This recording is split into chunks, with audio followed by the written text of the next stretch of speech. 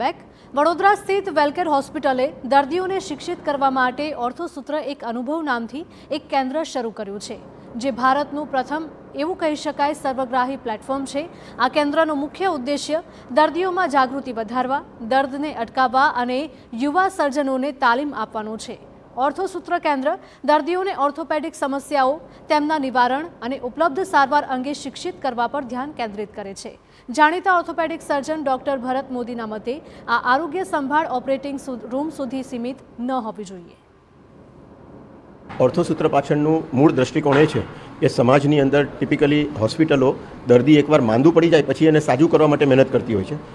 આ આખું દ્રષ્ટિકોણ એ છે કે માંદા ન પડે એનું એજ્યુકેશન આપો, કે સમાજની અંદર એવી રીતની પ્રવૃત્તિ ઊભી કરો કે જેમાં કેવી રીતે સાચવણી કરવી કે જેથી કરીને દર્દી બને જ નહીં એમ। અને એ દ્રષ્ટિકોણને ધ્યાનમાં રાખતા ઓર્થોસૂત્ર નામની આ જે લર્નિંગ એકેડમી અમે જે શબ્દ વાપરીએ છીએ કે અમે સમાજના સભ્યોને સામેથી વ્યવસ્થા ઊભી કરીશું કે એ લોકોને 25-25ની બેચમાં અહીંયા લઈ આવીએ, એમને કેવી રીતે પોતાની શરીરની સંભાળ રાખવી એનું સમજણ આપીએ અને નિઃશુલ્ક આ બધી જ વસ્તુ નિઃશુલ્ક થઈ રહી છે અને એ નિઃશુલ્ક પ્રવૃત્તિમાં બને એટલો એમને ફાયદો રહે, આ એનો મેઇન દ્રષ્ટિકોણ છે। અને સાથે સાથે યંગ સર્જન્સને ટ્રેનિંગ મળે, આંતરરાષ્ટ્રીય લેવલની 3D ટેકનોલોજી, રોબોટિક્સની જે લેટેસ્ટ વેલકેર હોસ્પિટલ જેના માટે વખણાય છે એમ એ તાલીમ એવી મળે કે એ લોકો પણ પોતાના ગામમાં જઈને આટલી જ કુશળતાથી કામ કરી શકે। શરીર ઉપર આજકાલ તમે જોશો તો સોસાયટીની અંદર ઓબેસિટી એટલે કે મેદપણનો રાફડો ફાટી નીકળે છે, એમાં જો ઓછું કરવાનું આ બધી જો એમને પહેલેથી હું જો સમજણ આપી શકું તો મારું માનવું છે કે એ લોકો કે જે 50 વર્ષે ઘૂંટણ ઘસાઈ જવાના છે એને બદલે 70 વર્ષે ઘસાય,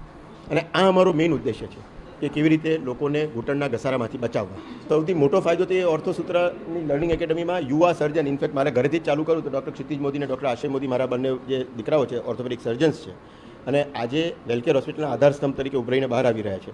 તો એ લોકોની હું જેમ મારી જિંદગીની યાત્રામાં મેં જેમ નિપુણતા હાસિલ કરી એવી રીતે આવતી પેઢી નિપુણતા હાંસલ નહીં કરે તો એ સમાજ બહુ સાધારણ સમાજ રહેશે। તો ઓર્થોસૂત્રમાં અમે જે અહીંયા જે રિયલ ટેલેન્ટ ઊભી કરી જે અંદર રિસોર્સ નાખ્યો છે એ તો આ બધા લર્નિંગ પ્લેટફોર્મમાં કે એ લોકો એકચ્યુઅલી ડ્રાય બોન ઉપર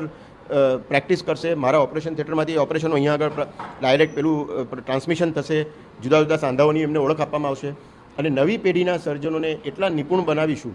કે એ દરેક જુનિયર સર્જન મારા માટે મારા જ ક્ષિતિજ મોદી અને આશય મોદી જેવા જેમ દીકરાઓ છે એવી જ રીતે એ લોકો પણ મારા દીકરા છે અને એ લોકો પોતપોતાના ક્ષેત્રમાં જ્યાં રહે છે ત્યાં જઈને વેલકેર હોસ્પિટલે જેમ એક લેવલ ઊભું કર્યું એવું પોતે ઊભા કરે।